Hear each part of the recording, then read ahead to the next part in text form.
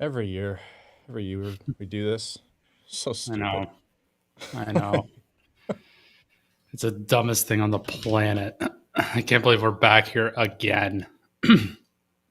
Just enough where like you have to be in it. There's a non-zero chance of second. We all know it's 12. I We all know. know it's 12, if not 13. It's by Why far stop? Why stop there? It could be 14. could be 14. Yeah, it could be 14. If it's 14, I'm full on conspiracy theorist. Like it's just all reason goes out the window. But we're here because we're sick. We're sick in the head. Brad's gonna join us later. Brad had to, future Stanley Cup champion 5-year-olds needed coaching out of practice, and so Brad, of course, had to be there. The patrons who listened got a doozy of a Patreon exclusive episode yesterday. Yeah. Yeah. It's insanity. Absolute insanity. Oh, folks, welcome to another NHL Draft Lottery live stream. This is 2/3 of the Wing Wheel podcast. We are sick. We're twisted. We need help. We're beyond saving. Every year we do this. Last year, I don't know if I swore last year would be the last year we'd do this, or I was just like, I just hope we never have to again. It was probably an empty hope. Being like, gosh, I hope we don't have to do this again next year, because if we do, it's going to suck. And it's going to be worse because either the Red Wings had an awful season and are in the lottery, or it's an awful season and they're picking between 13 to 16, and we're almost there. The end of the year is funny because it's like there's no end to the season that feels good, right? Like everyone morale is low when the Red Wings don't make the playoffs. That's been the case through and through and through. But this year, like last year, the year before, but this year especially, like it's the fact that this city, the fan base has smelled the highs of potentially being in a playoff spot, and then through the Lions and then the Tigers and then the Pistons, like knowing success, boy, is morale low. Like people don't have the wherewithal or the patience to deal with the whole draft lottery thing again. And you know what? Like 5% odds as opposed to like what 93, 94+% odds of 12th or 13th. Like why should anyone count on this? It's never helped them in the past. Yeah, Maybe we're exactly. just maybe we just lean in full on into the doomer takes so that this is the year that they win. And I'll tell you, I won't have a word of complaint if the Red Wings win the draft lottery and it's not for first overall. I don't give a damn. I do not care at all. I'll take it. I'll celebrate it like it's a first. Yeah, even if they move up at all, it'll be a win. Like every pick, I think in this draft, one you move up, the more valuable it is. Because, like Brad's been saying, there's certainly a divide between I think the top 9 and then everybody else. So every spot the Red Wings can move up would be huge, and if they can win the draft lottery, that changes everything. Yeah. I'm banking on 12, but if it's not 12, then we know it's, I mean, statistically speaking, second if they move up. But third and fourth are technically possible. So we'll repeat this a few times. First off, for everyone who's here already, about 270 of you, almost 300, thank you for joining. Give the stream a little thumbs up. If you're not subscribed, subscribe to the show. I think we have a counter at the top right. Might be dead. But I would love to get the subscriber count up, and I'm bad at the whole YouTube, click the bell, all that crap. But welcome. Things that are going to be different in this year's draft lottery. It hasn't actually taken place. So in the past, what they've done is they've recorded it in a completely sequestered room. No tech allowed for anyone. They're not allowed to report back. And then they had the results prepared on the cards. This time, they're drafting, like they're pulling the lottery balls. So each team is assigned a certain number of 4 number combinations. Each number is a digit between 1 and 14. And those combinations, the 4-digit combinations, a team is assigned a certain amount based on their percentage chance of winning. So the Red Wings have 25 potential winning combinations. I'll add an image of it in the chat in a second. But we're going to see the lottery balls come in real time. And what I'll try to do, depending on how fast this moves, is update folks as it goes, how each number reflects the Red Wings odds, what numbers we want to see, things like that. So, yeah, any questions in the chat that come up, feel free to ask. If I seem just straight up, we talk to you guys twice a week, patrons. We talk to you plenty in the Discord. If I seem a bit off, Abby's been going through it a little bit. One of my dogs, she's been going through it a little bit with her diabetes, and just today had another little hypoglycemic episode. So we got it under control, but just thinking of her. And if this stream is shorter, it's just because I want to go be with my pup, and because the draft lottery is not going to give us anything to celebrate. And no, there's no chance of first overall. You can only move up 10 spots, and the Red Wings have the 12th best odds. So no chance of first overall for Detroit. You think they changed it to do it the dropping of the balls live this year, because every year it seems like the pick order gets spoiled, whether it be on Twitter, somebody revealing it early, or we had the scare last year, I think it was, when Buchagras took a picture of the board that they said was the test board. So people started to freak out. Do you think there's that might be the reason why they've switched it up this year? Or do you think they actually believe that they're trying to create an entertainment product from the draft lottery? You know what? I think it's just better. Like, the NHL has a habit of thinking its fans and viewers are stupid because its players are stupid. And maybe, but they get in their own way. And so in the past, they've done like fully audited, like a third party, usually like an insurance company or a big firm will come in and do it, do the poll, and it's all audited and whatever, paid for professionally. But the viewers, they can know and respect that, and they will still, as long as they don't see the drawing the balls live, they're gonna have their conspiracy theories, and so you don't really get beyond that unless you show the drawings of the balls. So does it lose its luster a little bit when you're drawing four numbers and then you have to like match them with whatever team's combination it is? Yeah, absolutely. But then you get rid of the people saying, oh, it's rigged or whatever, because unless you show them, why would they stop saying that? And I'm not saying it was in the past, but yeah. Do you remember, I think it was the Connor McDavid one. I think they did the lottery balls live, and the Leafs had the best combination going into the final ball and lost. Yes. And people like slowed it down, and they saw one ball that like hit another that would have been the combination for the Leafs to win Connor McDavid. And they're like, that ball saved the hockey universe. Dude. And it doesn't even know it. And you know what? Like, how many times has that happened? But it's just so funny that the Leafs were able to zoom in on that. Like, that is the funniest thing in the world. That's hysterical. There's a timeline somewhere where Connor McDavid is a Toronto Maple Leaf, and that disgusts me deeply. That's a cup winner by now, right? Oh, 100%. Oh, I mean, it'd be close. We've seen him drag Edmonton to the finals. Someone said that was the Lafreniere draft. Actually, was it? No, really? Okay. Well, then they could. It wouldn't have been all that important then. Yeah. Although Lafreniere in a different system. Yeah, true. So talking about it, let's be delusional for a second. Let's say the Red Wings are picking second. Which pick are you hoping is there at number 2? So basically, who are you hoping goes first overall? Because who would you want second? I think if you're in the top 2, you're not going to get a bad player. Like, for me, this one's difficult because you're basically going defenseman versus center. And I think the Red Wings, as of today, could use either player. So you're talking Matthew Schaefer or Michael Misa. I think my personal preference in this draft and how I feel that Red Wings are now and going into the future, I think they need forwards. Forwards are going to impact the game a lot more than I think a defenseman will. The Red Wings already have 2 stud defensemen in Edvinsson and Seider, and they've got ASP coming. So if everything went right and the Red Wings had the second pick, I'd be hoping for Michael Misa. Like, he's played in the OHL since he was 15 years old. We've been able to watch him live when he plays against Kitchener. He's super dynamic. He's going to be a pro's pro. I think if the Red Wings were picking 2 and were able to get him, he changes the direction and the trajectory of this franchise almost immediately.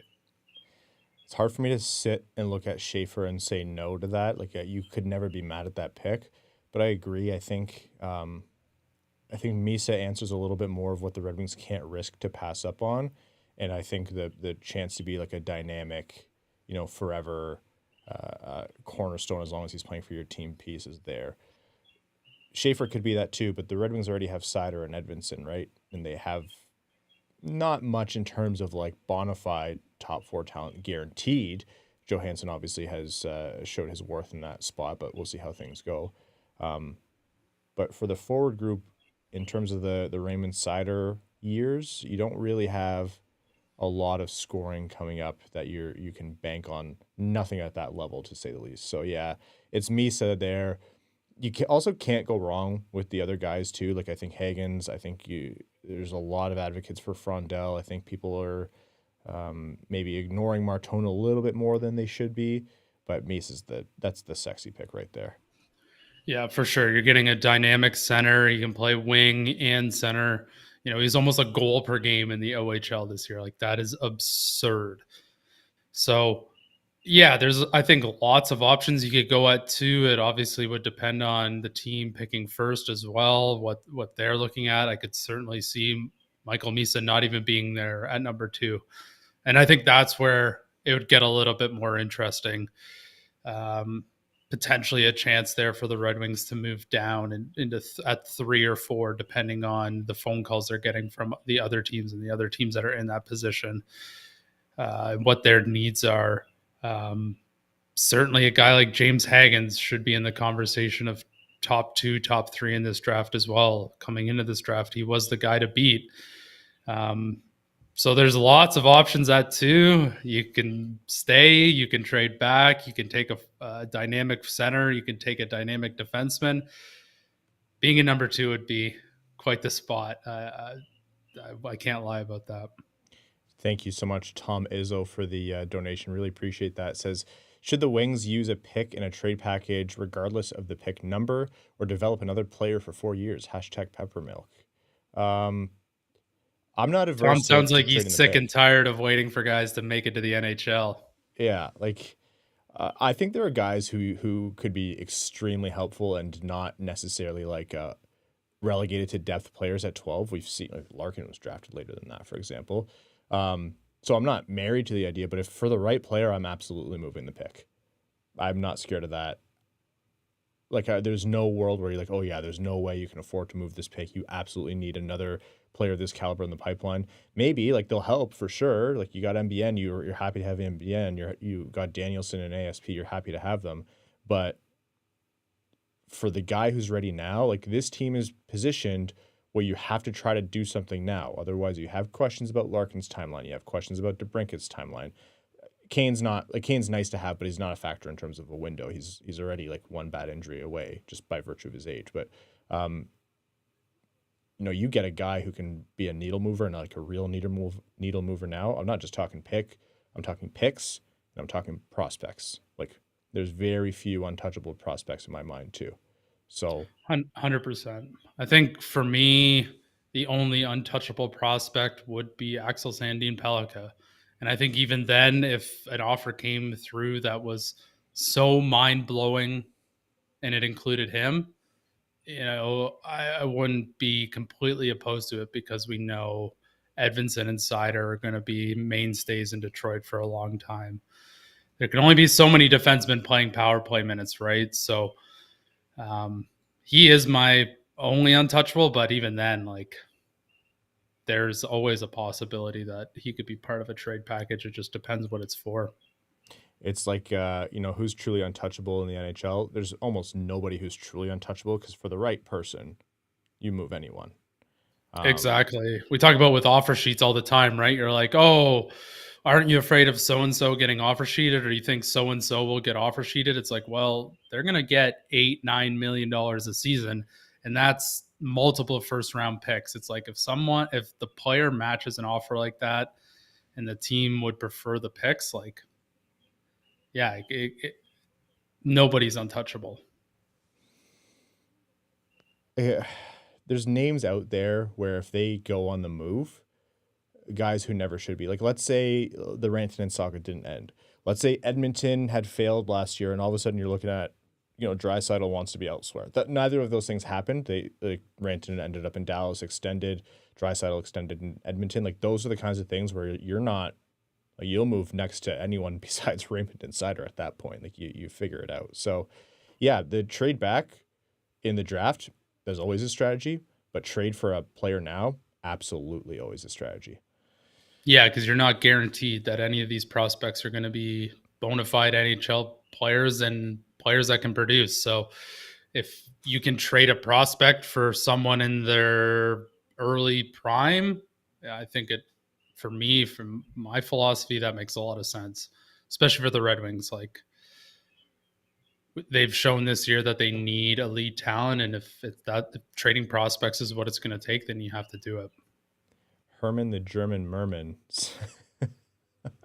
says Brady Cleveland is untouchable, which is right. Obviously, that goes without saying. That's actually a good point. Someone, or Mary and Richard Com says, go get some pasta. Like, Pasternak, man, you do it. Like, if there's a way you can get him, you do it. I think it would be insanely expensive and probably not what the Red Wings would be looking to do. Like, you're talking multiple first, top prospects. Like, you're in division. He's a 100-point winger, and he's not all that old. So it would take a king's ransom, I think, to get him. Would he be a perfect fit on the Red Wings? Yes, but I also don't know who would be left on the Red Wings if they were able to pull that trade off. All right, Lobsterdamus, you've made your predictions in the past. Where are we ending up this time? You know what? Screen. There's been multiple times where I wanted the Red Wings to move up. It seemed like the most obvious thing to happen, or to win the draft. I think the Red Wings stay at 12 this year, but that doesn't mean they can't get creative and move up in the draft. There could be a faller that comes their way too. So I don't think all hope is lost if the Red Wings don't win the draft lottery, but I'm just not getting the move up vibes from the lottery balls this year.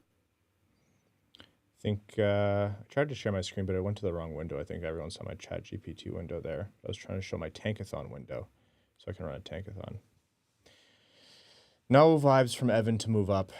So you're saying 12th overall. So, I mean, statistically, yes. I'm not going to sit here and say I have the vibes. I think 12th. I mean, it's not exactly a galaxy brain here.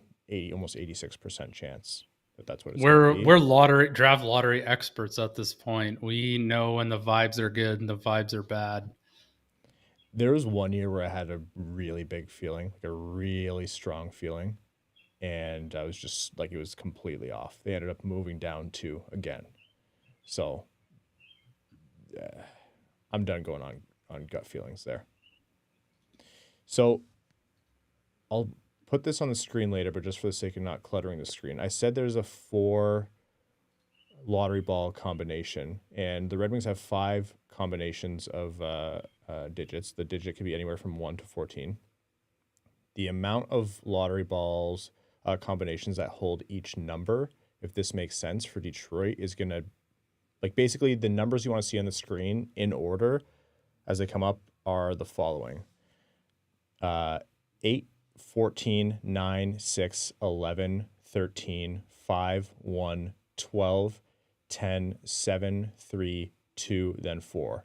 So 4 and 2, especially, if you see those, like, there's only 2 combinations of numbers where Detroit has a lottery ball 4 in it, and only 3 of them that have a 2. So if you see a 4 or 2 pop up, the Red Wings are almost immediately cooked. But of course, we'll update you as it goes, as each ball comes up, and then we'll give you the live odds depending on how fast this goes and how fast the calculator can spit out the numbers. But the live ball viewing will be interesting to follow along. It's also, they said, a 7 p.m. start. Yeah, he's speaking in code. We'll see about that. In previous years, they've actually done it okay. Should I run a Tankathon now? I'll do a Tankathon now. Does that mean it's happening before the Panthers-Leafs game tonight? Yeah. Okay. Because Okay. God knows they're not going to start a hockey game on time. Oh, you know what? Maybe they just, like, rip right through it. Like, that should be done within half an hour. That'd be right? great. Yeah. Oh, is it an 8 p.m. game? Yeah, I it don't. I is. banked on a 7 p.m. game, but it's 8. You see, the Leafs and the Panthers, they don't have one Saturday night game. Like, there's Well, no that Hockey makes Night in sense. Canada. Yeah. Yeah, Yeah, why 8 not? p.m. game. Yeah.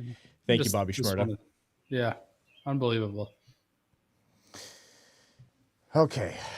The potential of moving up is whatever. We talked about, Misa. We've talked about Schaefer. Based on the profiles we've done so far, and we have a lot of prospect profiles to come between now and the end of June, any players that are jumping out at you so far where you're like, I really want this guy to be available? And just as a heads up, folks, Brad will be joining maybe in about 20 minutes or so. Evan and I have framed him for murder again, and so it's going to take him a while to scrounge the pennies for bail. But any of the profiles we've done so far, any of the guys we've looked into, Evan, where you're like, yeah, absolutely, need this guy to fall. Definitely, there could be some interesting fallers. You talk about like Victor Eklund could drop, Roger McQueen could drop.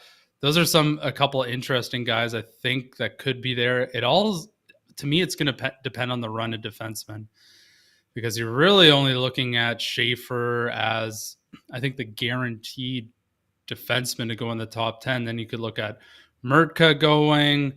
Jackson Smith could end up going in the top 10. If we see a run on defensemen, that means one of these forwards is definitely going to be dropping. And I think Victor Eklund and Roger McQueen would be two interesting options to fall. I think there's some good options right now at 12 in terms of like what the consolidated draft boards are saying. Like we talked about yesterday about Brady Martin. He's a local to us. He's an interesting guy at 12. Jackson Smith could be there as well still. We did a prospect profile on Cameron Reed as well, another guy who plays in Kitchener.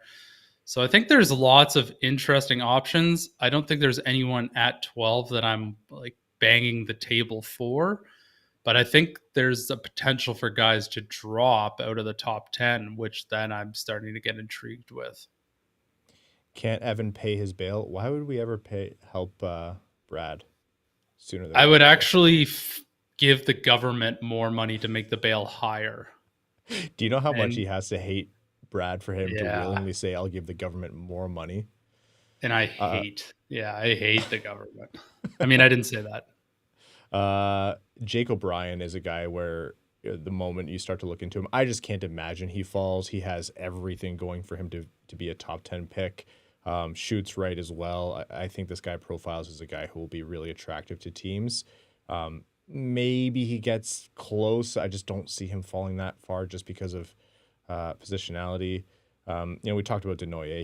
He's not falling either. Like Aitchison is in that group of guys where you expect him to potentially be there, and if he is, he needs to be at the probably the top of the list depending on what the team is looking for. Yeah. I got a feeling there's going to be teams who are super into what Atchison's got in terms of his skill sets, being more of a throwback defenseman than the modern age silky playmaker. So that's another guy that could easily go in the top 10 and push some of these forwards out. And he'd be a perfect fit on Detroit. But I think we keep saying it every time we do a prospect profile. It just depends how the board's playing out that during draft time. I know people are really big. I've seen in the chat Lyndon Lakovic or Lakovic, big scoring winger left shot. I see the vision there. I don't think we've done his profile yet, so we'll have to wait to do that one. But he'll probably be in that range. Someone keeps joking with me that they're going to take the goalie Ravensbergen, and I'm big on you learn over time that drafts don't go how you think they go, and you can't be mad just because it's not your favorite pick. If it's the goalie, I'm out the window. Brand new window in a brand new house. I'm right outside that window.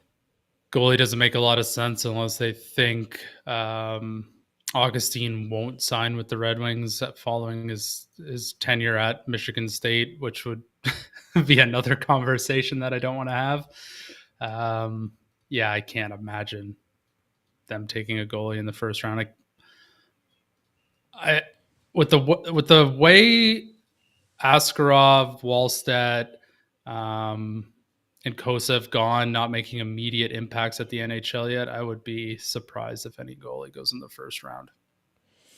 Ivan Rybkin did the midseason move to Muskegon from Russia. Is going to be a popular one. I think I've seen his name in the chat. I don't know necessarily that 12 is his range, but I wouldn't be. I mean, once you get into 12, anything can happen. We saw a flip of what we thought Danielson and Sandin Pelka should go. Yeah. But that's, and Michigan fans, or fans from Michigan, will be big on that one too. We have Prashant in the chat. Prashant, we've successfully have Brad tied up in a warehouse being tortured James Bond style for now, but he's shifty, slippery like that guy from Family Guy, so he'll make it in here within the next 15 or so minutes. Do you take the risk on McQueen? It's all going to depend on how the interviews go with him. I like what I see with him. He's got all the tools to be a top 10 guy. It's just, do you bet on a back injury? We just saw it last year with Caden Lidstrom. Like, he moved up and was picked in the top 5, I think, right? Yep. My brain's Columbus. my brain's barely working. And I don't think he played a single game this year. Like, He didn't start playing until the end of the season. Yeah, like, back injuries are a scary thing. I think you're really going to have to do your homework, ask a lot of questions to different medical professionals on Roger McQueen. But if you think he's clear and the Red Wings feel comfortable making that pick, then I can totally see why he would be at a possibility at 12. Is Evan coming in louder for you folks? Apologies if that's the case. I can try to fix it. I almost want that decision made before the Red Wings do, or have the opportunity to, just because you're so scared of what happened with Caden Lindstrom. And then you think of what happened in the past as well, like in terms of trades that were being offered to Columbus by Chicago for unprotected picks. Like, I don't know. Obviously the worst case scenario, not a hot take, is, but a lost pick here for Detroit is like, oh, that would be an absolute nightmare. Because even think, like, MBN, Danielson, ASP, Casper's already, who he is, and he's pretty much made it. So that's out of the question. But someone's not going to land, right? That's just the way first round picks go, statistically speaking. But yeah, we'll. I'm not mad at it. I think I have to dive in a lot more on McQueen, but the player himself is attractive for sure. So, okay. We are at 6:58. We'll see once they cut over to the live drawing of the lottery balls. And again, we're going to be trying to update you in real time as each number comes out, how that affects the Red Wings odds and how many live combinations left that they have. Again, each team has a certain number of 4 lottery ball combinations of numbers. Detroit has 25 assigned to them. If you go to our Twitter or Blue Sky or whatever, at Winged Wheel Pod or at Winged Wheel Podcast, I posted them there, and then you can see, but we'll try to keep you updated on the odds. So that's that. I'll take a quick thing here for you to say, if you're in the chat and you like the Winged Wheel Podcast, hit the subscribe button. Someone recently yelled at me and said, your views are great, but why don't more people subscribe? I was like, I thought we had a lot. But yeah, if you like the show, subscribe on YouTube. It helps a lot. Oh, thank you. Carl Thames for the donation says, that meme from GTA? Ah, shit. Here we go again. I got that feeling. It's great. Yep. Yeah. Same. We're here again. Same place, same time. Same reaction. I'm actually so annoyed that Brad's not here, because I think when it's 2 of us, you got to be a little bit more structured on the stream. But I just want to, I would have preferred to have showed up to this wasted already. It would have been way better. I 100% agree. Christopher K says hello from Sweden. Hello. Let us know where you're watching from. I always love to see where people are tuning in from. And apologies for being remote for this stream, folks. This is not ideal for us, but we typically are in studio. The studio is just in the process of being moved. We moved this week, Mel and I, and so we are in quite a busy time as as we try to navigate that. But you'll see the new studio. It'll come together slowly over time, but you should see it in a couple episodes, ideally. All right, let's watch this live. Please switch to the lottery. They are showing an Ottawa-Toronto rerun. God. Harrow, Ontario, the big city. From New Zealand, parts unknown. The lottery numbers, so there's going to be 4 lottery balls pulled. Each one is a digit between 1 and 14. Detroit has 25 different combinations. Do you guys want me to put the combinations on screen? It'll be kind of gaudy, but I can try to fit them in case you want to squint. Portland, Chatham, Ontario, Niagara Falls. Funny how there's no one from Jackson Hole. There's a lot more Ontario representation than I thought there'd be. Denver, Kingsville, Grand Rapids. God, I love GR. I cannot wait to go back. Chicago. Amazing city. Hate the sports teams, but amazing city. Dearborn, Sioux Falls, Tampa-ish. Prashanth back on the pod when? Oh, whenever we can afford his rates, man. The guy's expensive. All right. It looks like they're cutting over to the lottery here. And then Brad has still not made it in, but that is A-okay. Cleveland, Berkeley, Dexter. Predictions in the chat. Predictions. There's like a limited amount of options. The predictions are more for the draft stream itself. All right, we got someone on screen talking to us. Let's see where we're at. That's Butchergross.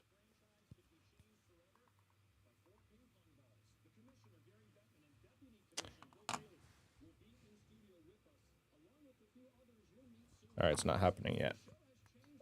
Your stream is slightly ahead of mine. I still see Patrick Kane getting drafted, actually. Oh, okay. Usually you're the one who can't help but look.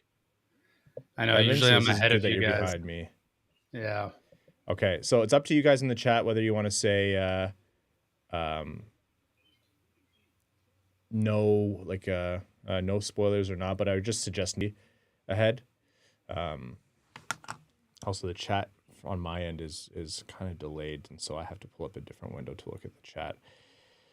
There's also a discrepancy between the Tankathon odds and what we have on the screen for the NHL. All right, we'll pause you. You shut up. You shut up. And let's look at the chat here. Excellent. Billy, thank you so much for the donation. Greatly, greatly appreciate you, man. All right, folks, who's ready for this?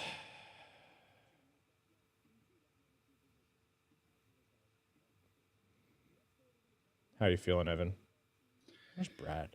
You know, we're seasoned professionals at this now. I feel dead. I feel nothing.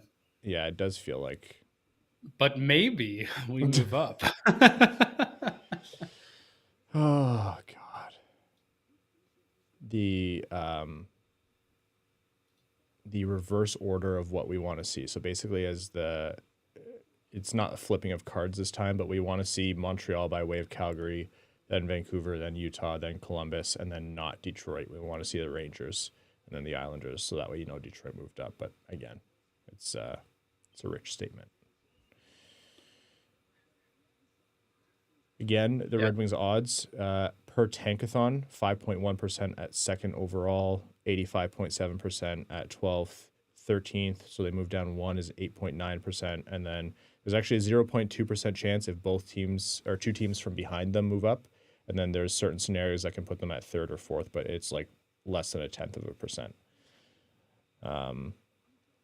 Okay, other teams, who do you want to not see win it?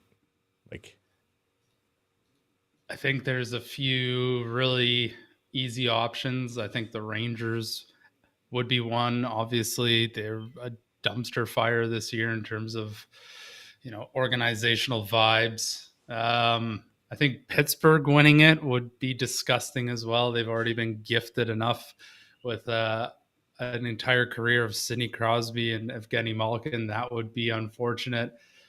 Obviously, Buffalo winning would destroy the prospects, and you don't want to see that. Doesn't even matter that that player would be in the Atlantic. Boston, obviously, same sort of thing. Like they've been bad for one season. They do not deserve to win it. After that, I can really live with it with anyone else. Like there's some bad teams down there, and there's a lot of Western teams, which I would be completely fine with.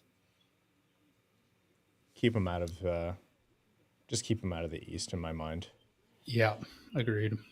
Alec Robertson, thank you so much for the donation. Says $5.10 for a second. I appreciate you, man. Eric Hill says, do teams not draft players more often than not because they simply haven't scouted them due to sheer volume, or because they don't like the players you guys say have good traits? Higher up, it's definitely that they don't like the player and what they offer. Lower down, like later rounds, is because they didn't scout them. All right. Yeah, every single player, I would say in the top 60, they've scouted to exhaustion. It's going to come down to a lot to interviews and if they like that player's skill set, if they think there's a fit for them going forward with the Red Wings and how they want to play. Is Brad taller than Gary Bettman? I think it'd be close. It would be close. It's about to start. They're just kind of doing the preamble. They're on the show now, but they're currently showing a Misa highlight reel. Dan Hedin says, when was the last time someone moved up in the top 10? I think the cost is just too high to move into the top of the draft. The cost is high. Yes, I agree. The cost is high. But I don't know, like, just because it hasn't been done in the NHL doesn't mean you shouldn't do it. Like, teams who take risks aren't always rewarded, but they often are. Because the NHL is not like a marketplace of big movers and guys who are willing to break the mold. It's the same olds. Not that it's bad. Like the guys who've been there and done that in terms of management, like they know what they're doing, but at the same time, they're not going to veer off the path. So, you're at a net advantage if you're willing to try things that are risky. It's not always going to work like any risk in life, but at points. Sorry, Dan, we don't control which ads YouTube shows you. I think that one was because they know Brad's on the show. That's why they have it. Oh, who's got their mom's curtain in the background? That's hysterical. They got the kids on a Zoom call. Hagens. Oh, do they? I'm not quite there yet. Oh, wow. They have a picture of you, and it's just this massive dweeb on the screen. Me? Yeah. Yeah, it says you're a massive dweeb, Evan Lobsinger. I don't remember giving the NHL your name, image, any likeness. of my rights. Yeah, I don't remember that NIL deal coming through. Brad sold it for $5. Wow, that's not shocking. No, he doubled his net worth. Mm-hmm. How much? Oh, there they are. Now I see them. Ace the Noob says, when we get second, what emotion will be stronger? Happiness for the win or pure rage of winning on the year we can't get first? Love you guys. I will not complain a single bit if they get second at all. And thank you for the donation. Holy shit, would I be happy. And Denny Blade, thank you so much for the donation as well. Has a little critical hit emoji. That's awesome. It's not letting me favorite it, though. Will it? Maybe not. That's great. All right. Matthew Schaefer speaking now. Oh, he's the one with the, oh, you know what? That curtain's not so bad. I've seen worse for sure.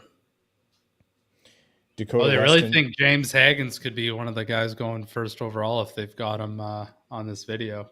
I could see him second. I could definitely see him second.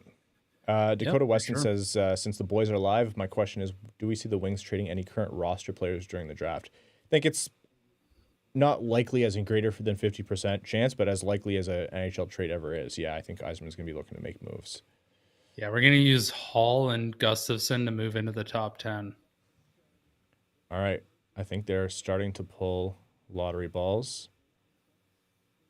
All right, let's prep us here.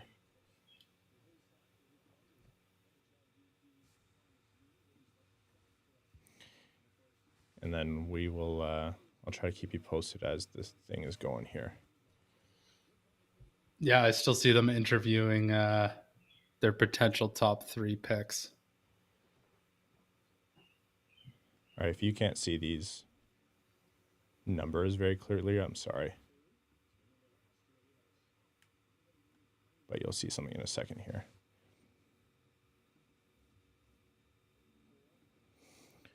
So up on the screen now are all of Detroit's combinations. So the ID number doesn't matter. The sequence number doesn't matter. Those ball 1, ball 2, ball 3, ball 4, those are Detroit's combinations of balls that you're trying to see here.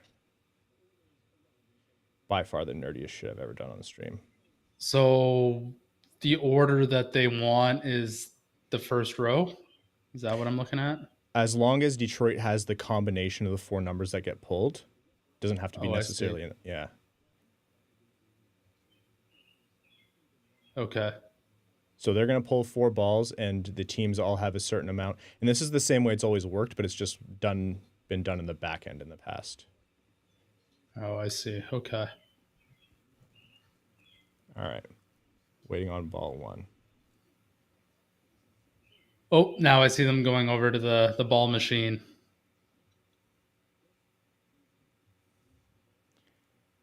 So they've dropped. I like how they have like this crazy briefcase.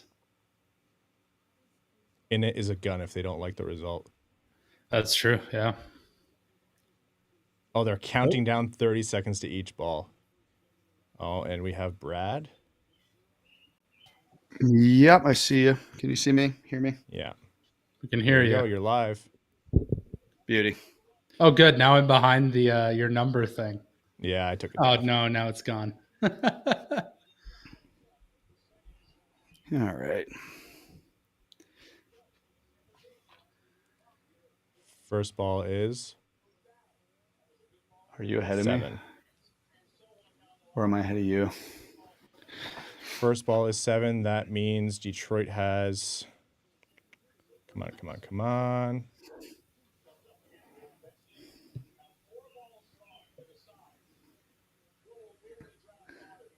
And it went away. Detroit has 6 possible combinations left. Is that good or bad? That's bad. Perfect. At least they're crushing the hope early this year. Wait, that's bad? How many did we start with? They had 25. Okay, good. 7-11. They're getting some free advertising in the draft lottery. Is it 7 then 11? Yep. 11's good. I still see them counting down 8, 7. But 6. why do they have Detroit crossed off on the TV then? Because technically they can't win first overall, but that's not real. Oh. Oh, I just see 7 now. The way they're doing this doesn't make sense. Like, I wonder what they're trying to like.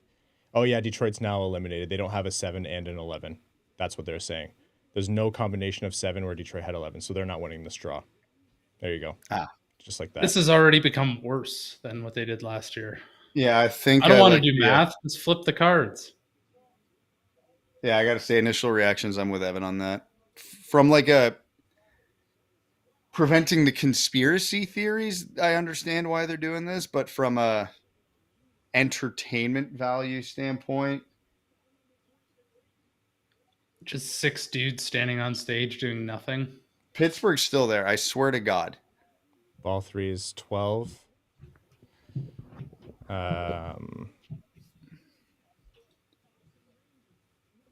San Jose, Chicago, Philly, Seattle, Buffalo, Pittsburgh. The Islanders are all still alive after ball 3. Is this the first draw or for one or 2? For 1. This is for 1, eh? Did you say Boston was still in it? Boston is out. Nope. They're out. San Jose, Chicago, Philly, Seattle, Buffalo, Pittsburgh, Islanders. What a great... Are they going to commercial, really?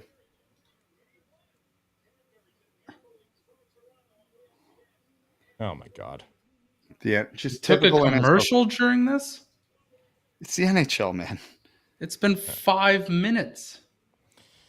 All right. Well, there's like no chance that Detroit was going to win the first draw. They still have a chance on the second draw, which is there. If a team from behind Detroit wins, I will absolutely lose it. And they actually both have The two teams behind Detroit both have 2 combinations left, I believe it was. Behind Detroit? I see no one behind Detroit. No one Was behind there not? Detroit has. They I had see them crossed off on the. Nashville, Boston, I'm an idiot. Anaheim. No, disregard all me. out. I'm dumb. The teams directly in front, like Islanders, Rangers. Yep. Islanders and Pittsburgh. Yeah. Rangers my are brain out. is- Anaheim's out. Boston's out. Nashville are out. Everybody else is still in, minus Detroit. Anyone behind them? I actually So- can't believe they've been to a commercial break right now. I can. They've done this in the past. No, I know. I can believe it. I can't believe they haven't learned their lesson. This is their chance to rig it. Imagine they come back from commercial and it's like, oh, we got Pittsburgh's odds wrong. They actually have 100% chance. Yeah. Like, oh yeah, we had to redraw a couple of the balls, or while we were on commercial break, we drew this ball, and Chicago wins the draft lottery. It's like they scratched out Philly. They wrote Chicago on it in Sharpie. Yeah. Like, isn't that supposed to be a number? All right, the futility of it all, Brad. We talked about it, how pointless this is, but we do it anyways. Your pick at 2, I think you're a Misa guy if they do get number 2. 100%. Michael Misa all day. I have noticed too the consensus around the scouts that I've been reading and talking to, and the hockey media guys who've been posting their list. It seems like Schaefer and Misa have separated, which is kind of where I've been at for at least a little bit. So that makes perfect sense to me. The pick at 12. I mean, we're getting into this, and we're doing a ton more profiles between now and then. But who are you hoping falls out of the top 11, so to speak, that should go before Detroit in your mind, that you want to be there for them? Are we past the point where Jake O'Brien's realistic? I think we're well past that point. I don't think he's getting anywhere near 12. I don't think he is either, but you can hope. I don't know.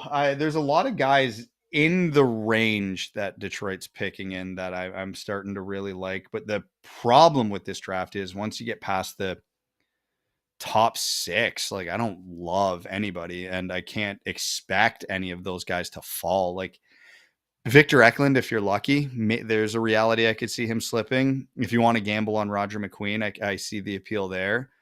I don't know. I'm really liking. You know what's funny? I'm a Cole Reshny guy right now, but the more I think about it, the more I'm getting on the Brady Martin train. After we did the profile yesterday, and the more we talked about him, I'm like, I can very easily talk myself into him at 12, very easily. Did Evan and I change your mind a little bit?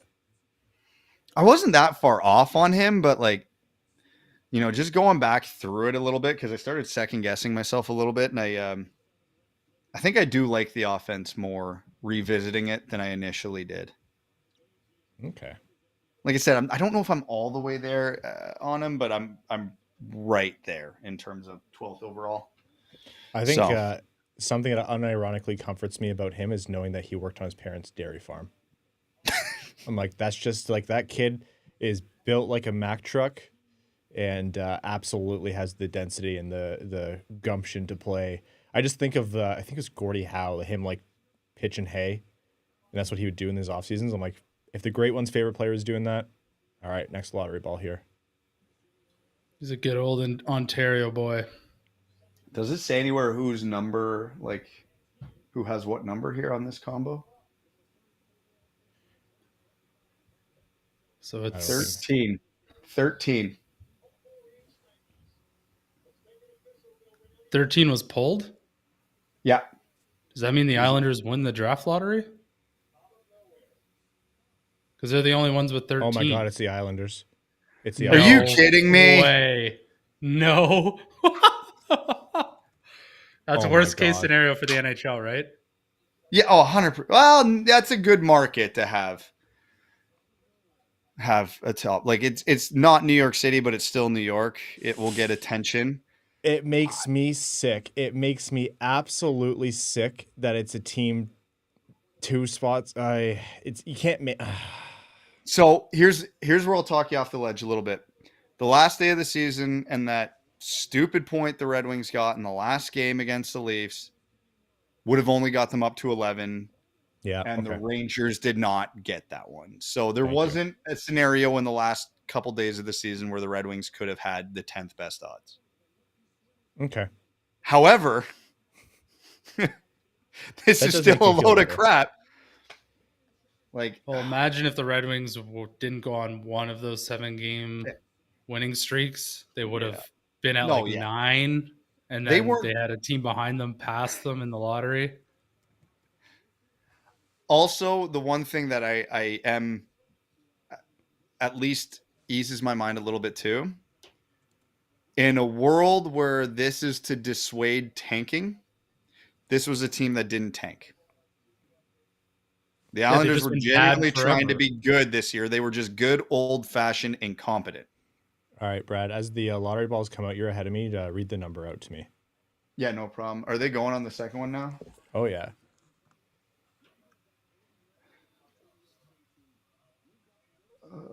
They're in the hopper. All right, here we go. Can't see it. The Islanders is so random. There's no way is that you said on the first one. Oh, sorry, it's a 1. It's a 1. It's a 1. All right. Let's see how many Detroit has. 7 remaining combos after that. Feels 1 is a consistent. middle of the pack number for them. Okay. So because the Islanders 2.45% live right now. So because the Islanders jumped up and they're ahead, so the Red Wings are either they fall, they pick 12, or they pick second. The 3-4 scenarios are done, right? Believe so, yeah. Yeah. 5. Come on, that's Nicky Lidstrom. That's got to be a good number for us. 5 is another middle of the road number. Let's see. They have 1 remaining combination. Okay. All right. What are the numbers on that combo? I can tell you right away. What was it? 1-5? Yeah. Yep. 3 and 11. So we need 1, 5, 3, 11. All right. Well, I'll know on the next ball whether we should even pay attention. Oh, come on. I feel an go. 11. I feel an 11. Just to screw with you, it's 12. And that's it. I guess we're done here. Stupidest shit we do every year. Stupidest. All right. Well, who's 1, 5, 12? Who's sitting pretty now? Do we know? I mean, just looking at the I also love that right they have this interview going on, and just the hopper's kind of a secondary thought on the side of the San screen. Jose right has 4 remaining combinations: Nashville 2, Boston 2, Utah 1, Calgary 1, Chicago 1. Utah and Calgary are still. Are you joking me? Let me know what the last ball is once you see it. They're not even showing it. I think they're going to friggin' commercial again. No. Oh my god. Boston, Yeah. So Boston, Utah, and Calgary are still there. I will. Let's be real. I'm not going to do anything, but I'll be very upset if one of those 3 teams gets it. yeah. So Utah 1, 2. So Utah and Calgary 5, 7, 11. I can't believe we're down to last ball and Detroit can still fall. There's a 2 out of 11% chance that Detroit falls. I believe. Which is an 18.2% chance that Detroit falls. Oh, good. Yeah, so almost 1 in 5 chance that Detroit falls. And I think Boston's got 2 possible combinations here. So this is almost like pretty close to 50-50 being awful. San Jose 4, Nashville 2, Boston 2, Utah 1, Calgary 1, Chicago 1. Those are the remaining combinations. I swear. 3 or 9 is Calgary and Utah based on what we've seen on the screen. So those are the 2 we want to not see.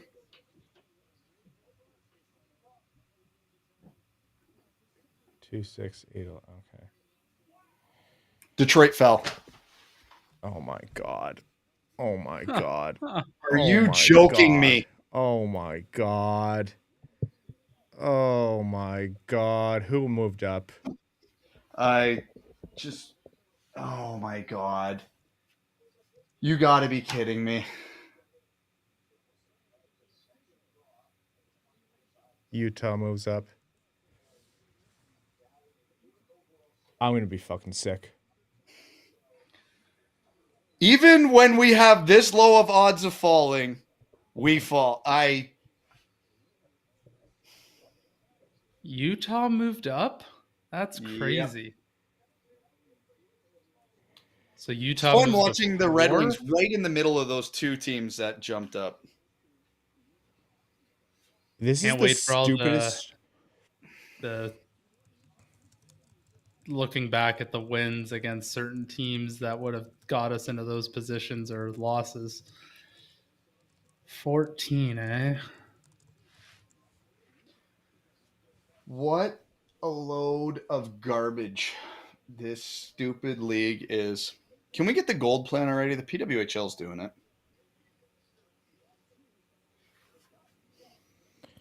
13th. It's rigged, man. Utah moving up, that's rigged. Oh, how convenient. The New York team that's getting a new GM gets it, and Utah, the brand new team. I don't buy into conspiracy theories, but man, the NHL sure does make it easy on themselves.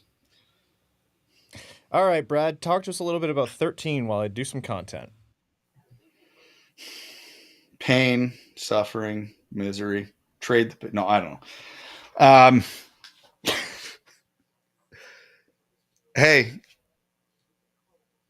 it's less of a reach for Cole Reshny now. That's gonna be my happy thoughts here. Yeah, I think that actually does hurt them in the sense that there's only so many premium forwards in this draft. The Red Wings' biggest need is a premium forward. I was struggling to find a reality where one of them slipped to 12, so this obviously doesn't help. Maybe you're looking at a Brady Martin. Maybe Roger McQueen's injury concerns have him fall that far. Like I said, if you do want to go down the board on the smaller forward, I'll keep talking about Reshny until the draft. Jackson Smith has been falling a little bit if you're on the defense train. So maybe you look at a nice left-handed skill D like Smith, or even a Cameron Reed could be there. Hard time seeing Aitchison fall that far, but it's possible. But with his physicality, you know he's the type of defenseman that GMs are going to absolutely love. Seems like a big Rangers guy who's picking ahead of the Red Wings, especially seeing the success they had with Braden Schneider on the right side. I could see them going down that well again. Yeah, I don't know. I'm irritated. I don't know, Evan, you got a preference here with how this fell?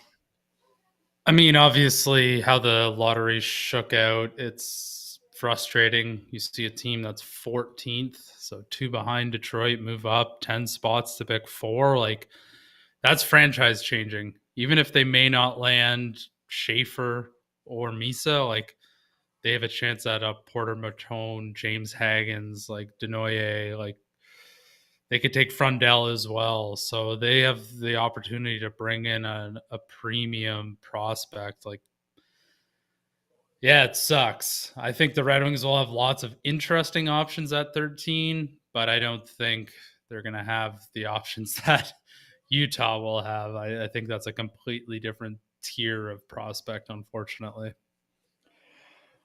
I could be wrong. I would love to know the math on this, and obviously I can't do it right now. I think going into this lottery, the Canucks and the Red Wings were tied for most spots lost or fallen in the draft lottery. I don't know if Utah jumped Vancouver as well. If not, this might put the Red Wings in the lead, which is a fun thought. And that doesn't even include the 2 spots the Red Wings lost because expansion teams came in and picked ahead of them.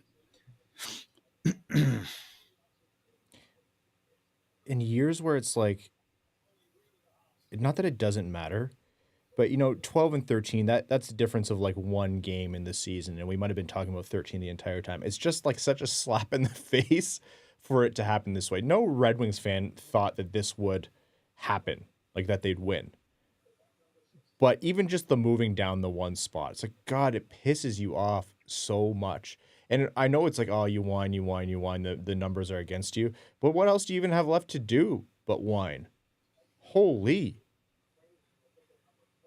Well, when your hopes and dreams are mostly predicated on winning the lottery or having a top 5 pick, it's going to be difficult. Like, players don't go into UFA status until deep into their career. Like it's very difficult to turn a franchise around when you do a full rebuild.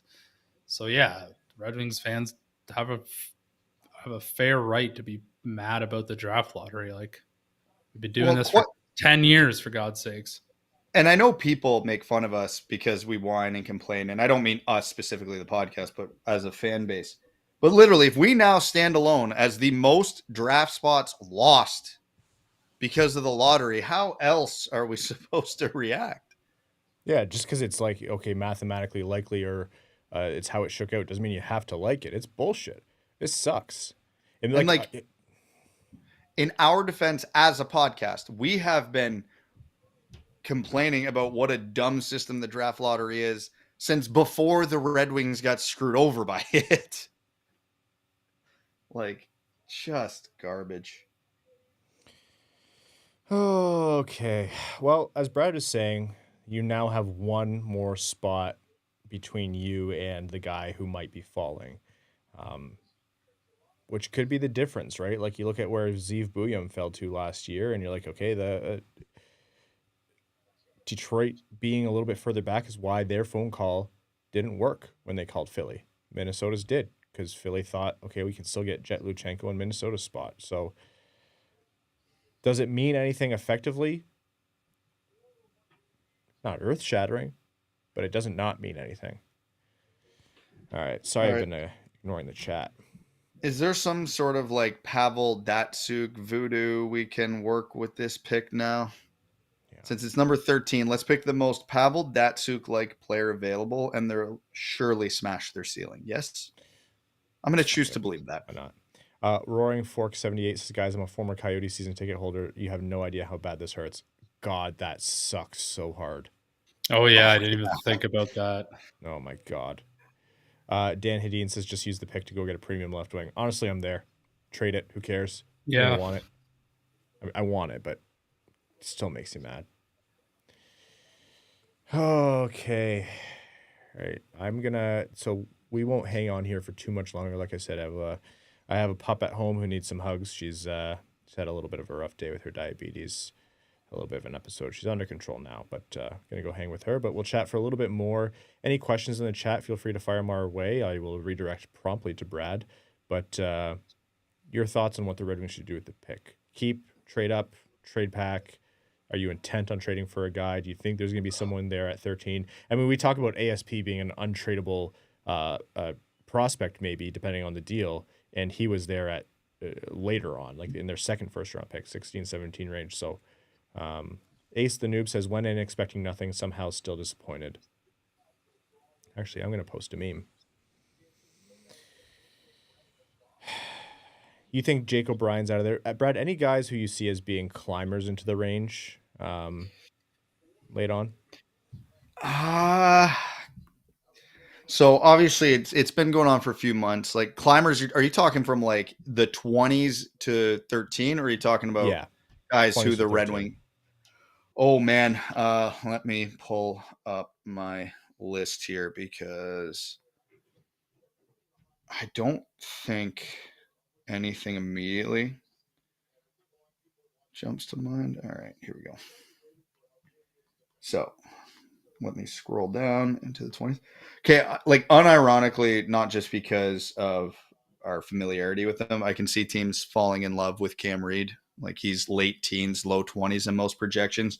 But because of his IQ and his skating, you know how teams value defense, and especially those two assets. Cullen Potter is interesting to me specifically for Detroit because he has in terms of actual physical tools, not generic like scoring, defense, whatever, he has the one tool and arguably is the best at that tool in the draft that the Red Wings are lacking, which is skating. Like the guy can fly. And he went into the NCAA this year as a 17-year-old, did well, didn't like set the earth on fire, but definitely didn't look out of place, had a strong U18s.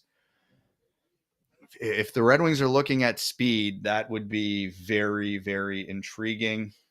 I won't beat it to death. I would reach for Reshny, but that's just me. Other than that, nobody else really stands out to me as a guy who could, like, because even some of the guys that I think, like Boumedienne, like some rankings have him near the top 10, some have him outside of the first round. So, like, is that a reach? But I don't know. Those are the ones that immediately come to mind to me because I don't think they're reaching for a goalie again. So I'm not even going to mention Ravensburgen. But yeah, those would be the ones I would look at. I said if it's Ravensburgen, I'm going out the window. Yeah. He's a great goalie, but like, yeah, really. Guys, give a little preview on Reshny, Brad. So Reshny, again, it's a meme at this point. Every draft, I fall in love with a sub 6 foot high skill forward. But genuinely, Reshny's hockey IQ, compete, and skill is off the charts. If he was 6'1", he's a top 10, probably top 5 pick all day. You know, for a lot of the reasons people loved Berkeley Catton last year, I see a lot of that translation to Reshny. He had a very slow start to the season, which kind of slid him down boards, but he still finished, I think, 90 plus points with a slow start as a set. Like, he's not a late birthday. He's a true 17-year-old in the WHL. He went nuclear in the playoffs for Victoria and then was Team Canada's go-to guy at forward with Brady Martin in the U18s. So not only does the eye test tell you this guy is extremely talented, the stats tell you this guy is extremely talented, and the way his coaches have leaned on him all year tells you coaches trust him. Like, if you take out the 5'10.5", there is not one thing to dislike about this guy's game. And you want to talk about a Steve Yzerman type, just because I'm preaching the high skill, the talent, the hockey IQ, this guy battles. This guy's a competitor. This is the mindset the Red Wings clamor for, which is why I see a reality where that is actually good value at 13, and I can see the Red Wings doing it. Hey, do you guys think your day is ruined? Shut up. What stupid stat do you have for us now? So the did Prashant post something? No. I just Okay. I just noticed something. The 4-digit combo that won Utah the second lottery draw, in order from lowest to highest digit, is 1, 3, 5, 12. So that 1, pushed 3, Detroit. 5, 12. Okay. So that combination of balls pushed Detroit down to 13th. 1, 3, 5, 11 would have won Detroit second overall. So they're one ball off in the wrong draw.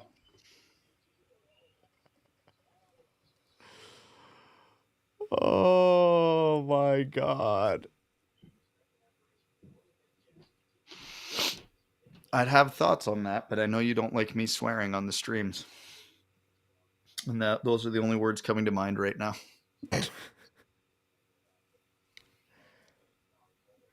I get it. It's not that it was one number off. The numbers don't get picked in order physically, but the fact that it was one number off especially is... Oh my God. Oh, that makes me sick. I wish I hadn't seen that.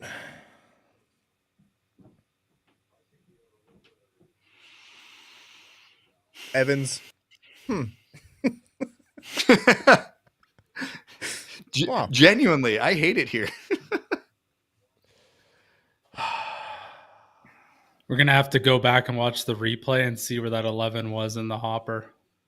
Or the 12, whatever one you said we needed.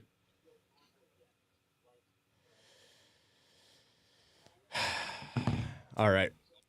Final thoughts here. You guys prep as I say thank you to all of you, 750 of you still in here. Thank you for hanging out with us. Appreciate you.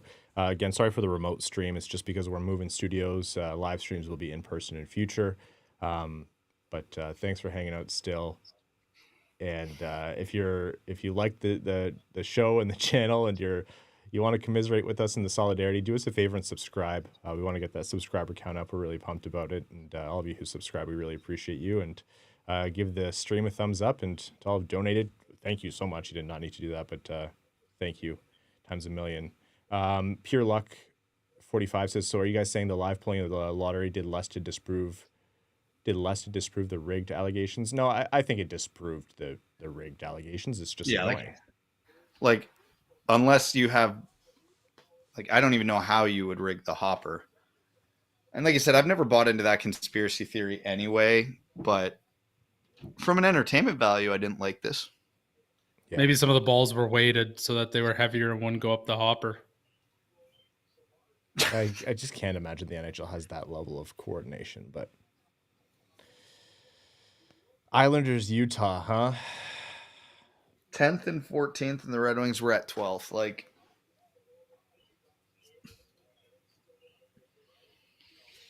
if you think about it, though, like if you were to think about outcomes, that's probably one of the ones you would take. But when you add a little bit of the context, it makes it more difficult to swallow.